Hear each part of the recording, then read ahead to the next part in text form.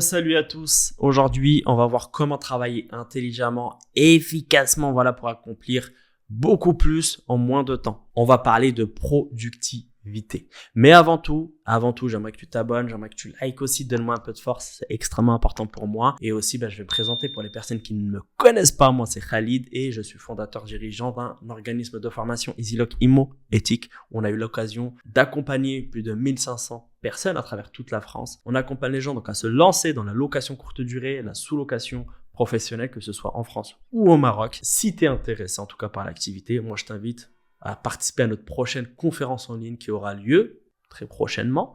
Pour connaître la prochaine date, il suffit de cliquer sur le lien qui se trouve dans la description de cette vidéo, les amis. Voici les 5 astuces clés pour maximiser votre productivité, les amis. C'est ce qu'on va essayer de voir ensemble. Donc la première astuce que je peux vous donner, vous connaissez déjà, vous en avez déjà peut-être entendu parler, la règle des 80-20, la loi de Pareto, qui stipule que 20% de nos actions génèrent 80% de nos résultats. Donc l'idée, ça va être d'identifier ces 20% d'actions qui sont cruciales en réalité et il va falloir se concentrer sur ces 20% pour maximiser votre efficacité. Exemple, si vous êtes étudiant, plutôt que de lire chaque page de votre manuel, essayez de vous concentrer sur les chapitres les plus importants ou ceux que l'enseignant a souligné tout simplement. Cela va vous permettre de comprendre 80% du cours avec seulement 20% de l'effort. L'astuce numéro 2, traitez d'abord les tâches les plus importantes. Une fois celles-ci terminées,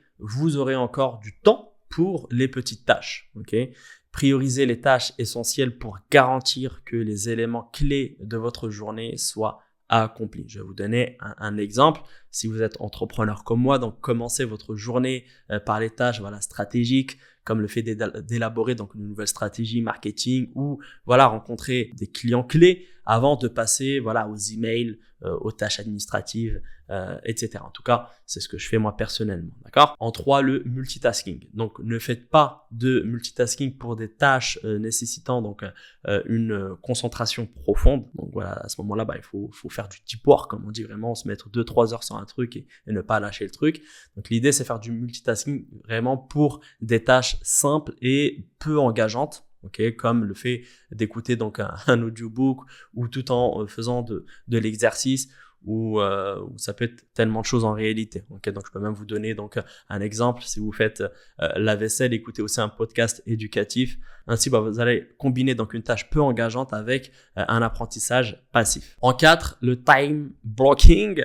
Adoptez la technique du time blocking comme Elon Musk. Donc planifiez des blocs de temps dédiés à des activités spécifiques dans votre calendrier. Cela vraiment va vous aider à rester concentré et à structurer votre journée efficacement.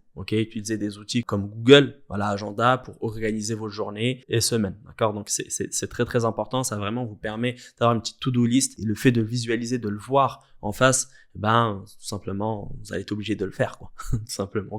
La 5e astuce et la dernière, c'est le fait de définir vraiment des deadlines fictive, donc le fait de se fixer des échéances avant la date limite réelle pour terminer vos projets. Par exemple, si un projet doit être fini pour le 25 juin, fixez une date limite fictive, donc au 15 juin. Cela va vous permettre justement de finir à temps et de gérer tous les imprévus, parce que des imprévus, il y en a énormément. D'accord ? Donc voilà, j'en ai fini pour cette vidéo. Je vous ai donné les 5 stratégies vraiment pour développer de ouf votre productivité. C'est tout simple en réalité, mais juste le fait de le mettre en place, on voit un changement dans notre productivité. Et c'est aussi une satisfaction personnelle, le fait de réaliser les différentes tâches.